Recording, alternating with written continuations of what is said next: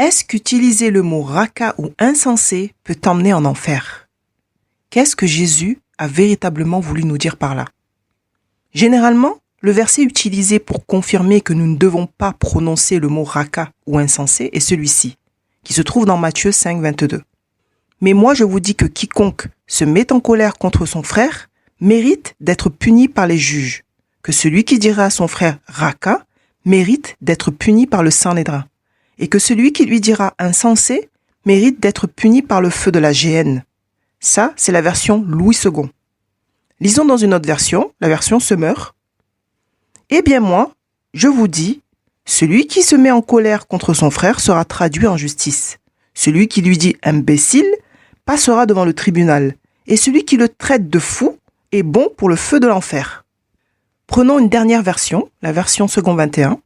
Mais moi je vous dis que tout homme qui se met sans raison en colère contre son frère mérite de passer en jugement.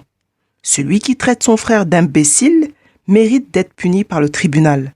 Et celui qui le traite de fou mérite d'être puni par le feu de l'enfer. Donc ici, nous avons une information en plus. Celui qui se met en colère sans raison. Ok? Le mot raca, c'est le mot raka en grec qui veut dire vaurien, vide, indigne. C'est une expression de mépris utilisée parmi les Juifs au temps de Christ. Vraiment, quand tu insultes quelqu'un de vaurien, tu le méprises, tu le rabaisses plus bas que terre. Le mot insensé, c'est le mot moros en grec, généralement traduit par insensé, folle, folie, chose folle, fou, qui est beaucoup utilisé d'ailleurs dans la Bible. On parle des vierges folles, c'est le mot moros. Donc, maintenant, avec le verset que nous venons de lire et la traduction des mots raka et insensé, tu pourrais me dire, ah oui, c'est clair. Si on dit à quelqu'un que c'est un insensé, c'est un péché. Un péché qui peut nous amener en enfer, c'est bien écrit. Donc plus rien à ajouter derrière. Tu peux me dire ça, oui. Mon frère, ma sœur, il ne faut pas lire la parole de Dieu à l'arraché. On ne peut pas prendre un mot, comme ça, là, une phrase, et en faire une nouvelle doctrine en disant Dieu a dit ça, il est écrit ça. Maintenant, nous allons voir plus clairement ce que Jésus a dit réellement. Disons Jérémie 4, 22. Certainement, mon peuple est fou. Il ne me connaît pas. Ce sont des enfants insensés, dépourvus d'intelligence. Ils sont habiles pour faire le mal, mais ils ne savent pas faire le bien. Donc, si je comprends bien, lorsque l'Éternel a parlé comme ça, là, il a dit n'importe quoi. Il est injuste alors Dieu. L'Éternel a été tellement injuste que Jésus a été obligé de venir sur terre pour contredire les propos du Père, en disant qu'il ne fallait pas dire à son frère que c'était un insensé. Surtout pas. Dieu s'est trompé à ce moment-là. Dieu a été injuste. Ah non, ne refaites surtout pas ça. Sache qu'à ce moment-là, lorsque l'Éternel a parlé ainsi, c'était tout simplement un constat concernant son peuple qui agissait mal. Ils agissaient comme des fous. L'insensé, le fou aux yeux de Dieu, c'est celui qui n'écoute pas Dieu. Celui qui ne met pas en pratique la loi de Christ. Celui qui fait le choix de vivre selon ses propres désirs. Celui qui ne veut pas écouter le conseil des sages. Et c'est la raison pour laquelle Dieu a séparé dans l'église de Jésus-Christ les vierges folles et les vierges sages. Ce n'est pas une insulte, c'est un constat qui peut être soit un constat spirituel par rapport à l'église ou soit un constat d'ordre médical. Il faut bien comprendre que ce n'est pas le mot raka ou insensé qui pose problème pour ta destination finale. C'est ton état de cœur. Nous devons aussi comprendre qu'il y a 4 cas de figure où le mot fou est utilisé sur cette terre. Premièrement, le mot fou est utilisé pour faire un constat médical, dans la maladie psychiatrique. Deuxièmement, le mot fou est utilisé pour un constat spirituel dans l'église de Dieu. Troisièmement, le mot fou est utilisé pour insulter quelqu'un. Et quatrièmement, le mot fou est aussi utilisé en formule d'expression pour exprimer la surprise ou autre, par exemple. Ça t'est déjà arrivé que quelqu'un ou un groupe de personnes t'offre un cadeau hors de prix et en voyant le cadeau, tu dis spontanément « Oh, mais vous êtes fou, mais pourquoi vous avez fait ça? Mais c'est trop !» Tu vas pas aller en enfer parce que tu as dit ça. Tu vois bien que c'est pas le mot, le problème. Ou encore, peut-être que ça t'est déjà arrivé que quelqu'un te fasse une blague pour te faire sursauter et toi tu dis spontanément « Mais t'es fou, quoi! Tu m'as fait peur !» Et là, finalement, vous riez tous ensemble à la fin de la blague. Donc, tu vois bien que ce n'est pas le mot fou le problème. Tu ne vas pas aller en enfer parce que tu as utilisé le mot fou. C'est pas ça. Tu vois bien que ça n'a pas de sens, là. Ce n'est pas de ça dont Jésus parle. La Bible nous montre que lorsque nous nous abandonnons totalement à Jésus-Christ, nous devenons des fous de Dieu. La Bible nous montre que celui qui ne met pas en pratique la parole de Dieu est un insensé. La médecine peut constater la folie chez un patient. Donc ce n'est pas le mot fou qui t'amène en enfer. Sinon tous les médecins du monde là, chrétiens, ils sont mal barrés là. Mon ami, il y a des mots sur cette terre qui sont pires que le mot fou et le mot raka. Quand Jésus est venu dire que celui qui traite son frère de raka ou de fou mérite le feu de la géhenne, il n'était pas en train de dire « Vous devez éviter de dire ces deux mots, mais toutes les autres insultes, vous pouvez les dire, il n'y a pas de problème. » Donc, on a droit de dire des gros mots, on a droit de dire les mots les plus vilains à tout le monde, c'est pas grave. Mais si on dit à quelqu'un « fou » et « raka », alors on va en enfer. C'est pas ça du tout que Jésus a voulu dire par là. Jésus n'est pas venu dire « Il y a deux mots que vous ne pouvez pas dire, raka et fou. Tout le reste, vous pouvez insulter les gens, il n'y a pas de problème. Mais ces deux mots-là vont vous amener en enfer. Hein. Attention. Tu vois bien que c'est n'importe quoi, ça n'a aucun sens. Alors, qu'est-ce que Jésus a voulu nous enseigner par là, en réalité? Premièrement, quel est le contexte de Matthieu 5? Ici, il s'agit du sermon sur la montagne, où Jésus était en train de rétablir les véritables principes du royaume de Dieu en douceur.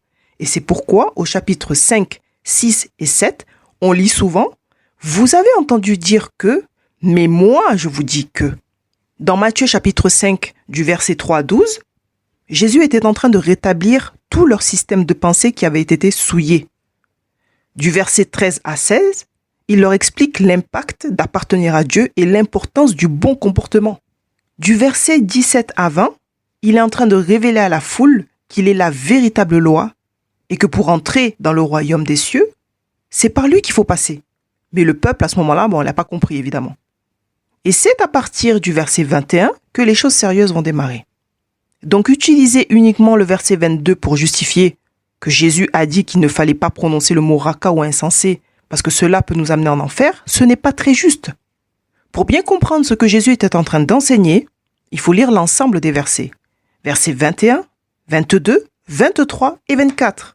Et même le 25 et le 26. Mais ce qui nous intéresse vraiment pour avoir la pensée de Dieu dans cette histoire, c'est le verset 21, 22, 23 et 24. Alors lisons.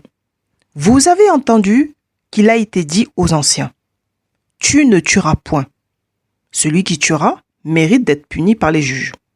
Mais moi je vous dis que quiconque se met en colère contre son frère mérite d'être puni par les juges. Que celui qui dira à son frère « raka » mérite d'être puni par le Sanhédrin.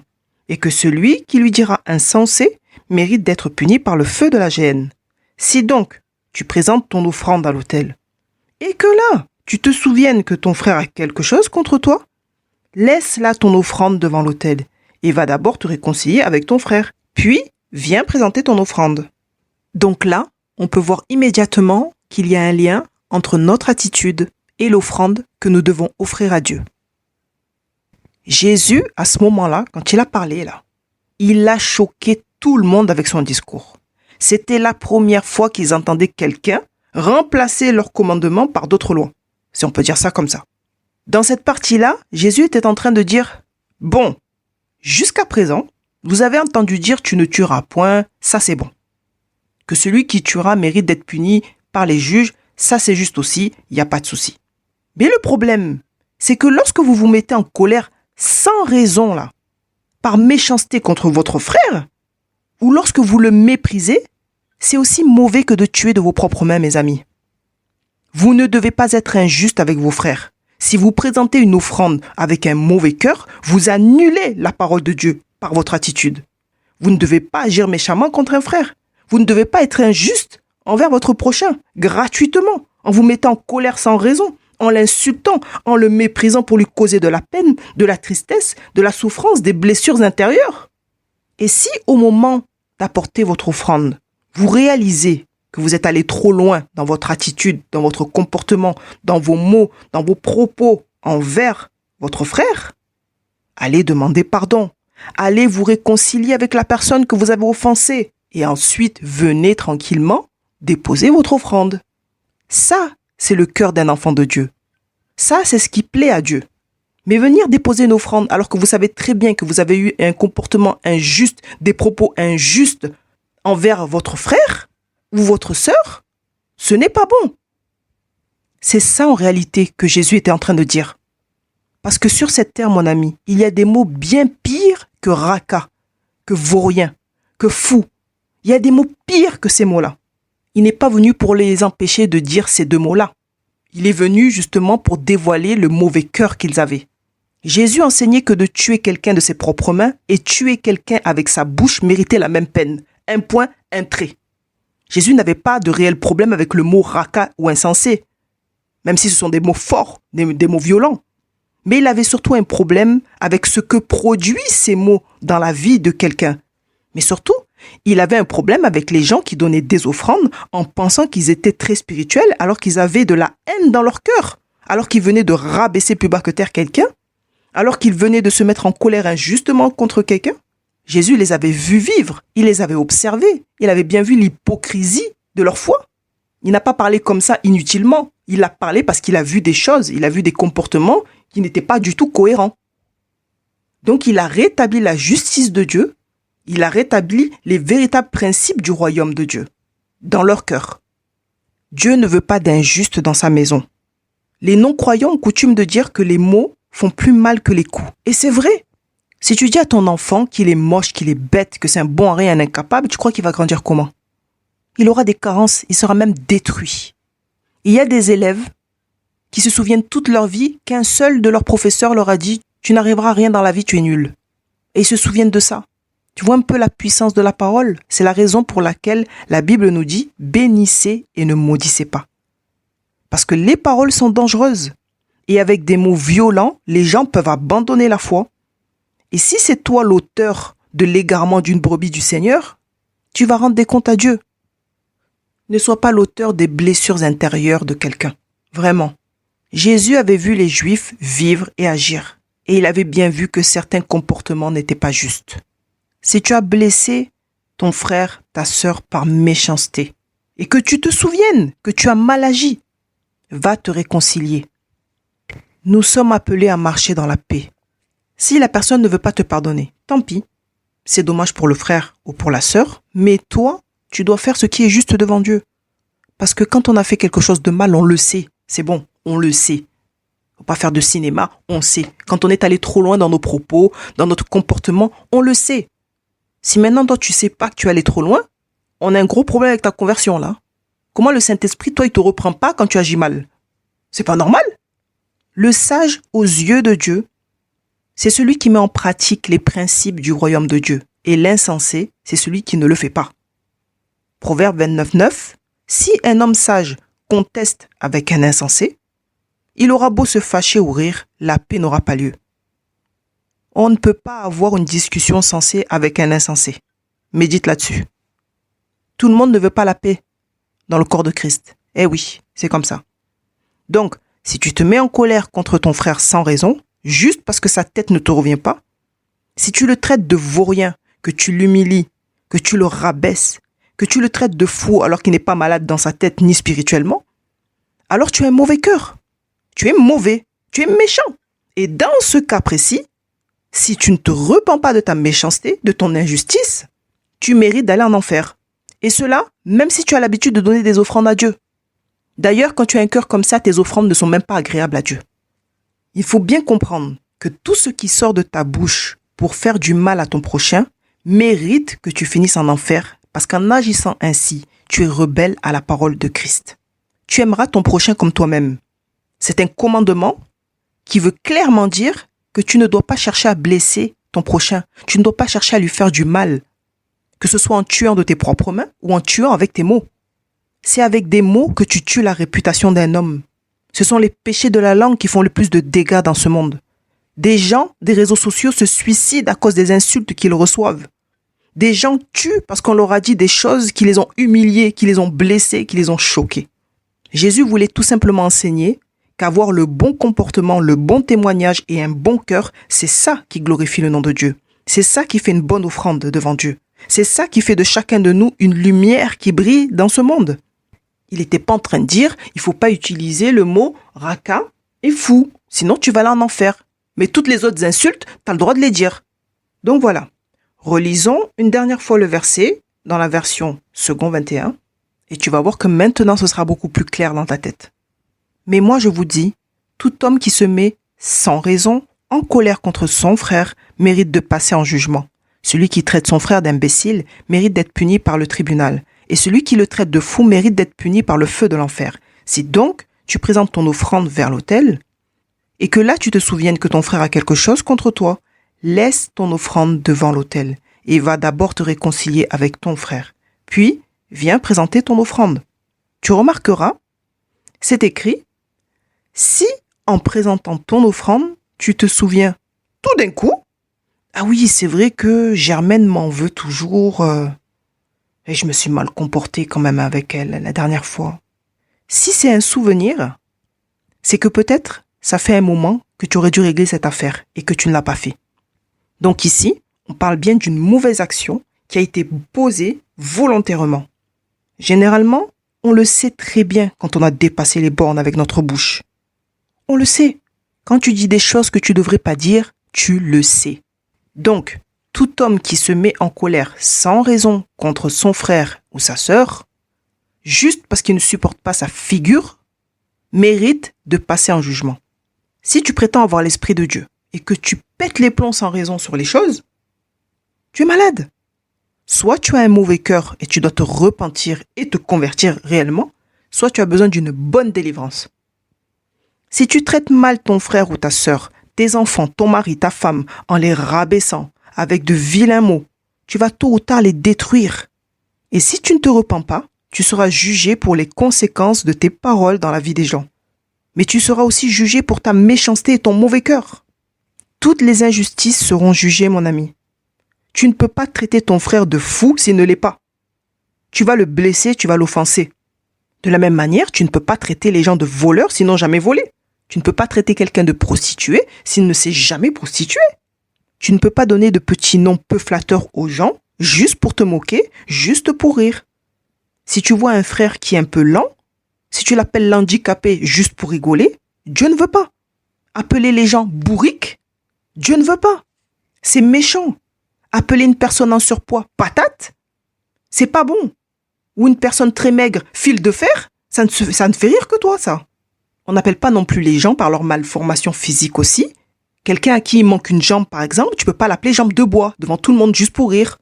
Ou moignon. Tu vois, des choses comme ça, là. Ça, ce sont des paroles qui sont dangereuses pour ta destination finale. Ce sont des paroles méchantes qui révèlent ton mauvais cœur. Donc, si tu as un mauvais cœur, tu es quelqu'un d'injuste. Et si tu es un injuste, tu vas finir en enfer. C'est ça que Jésus est en train de dire.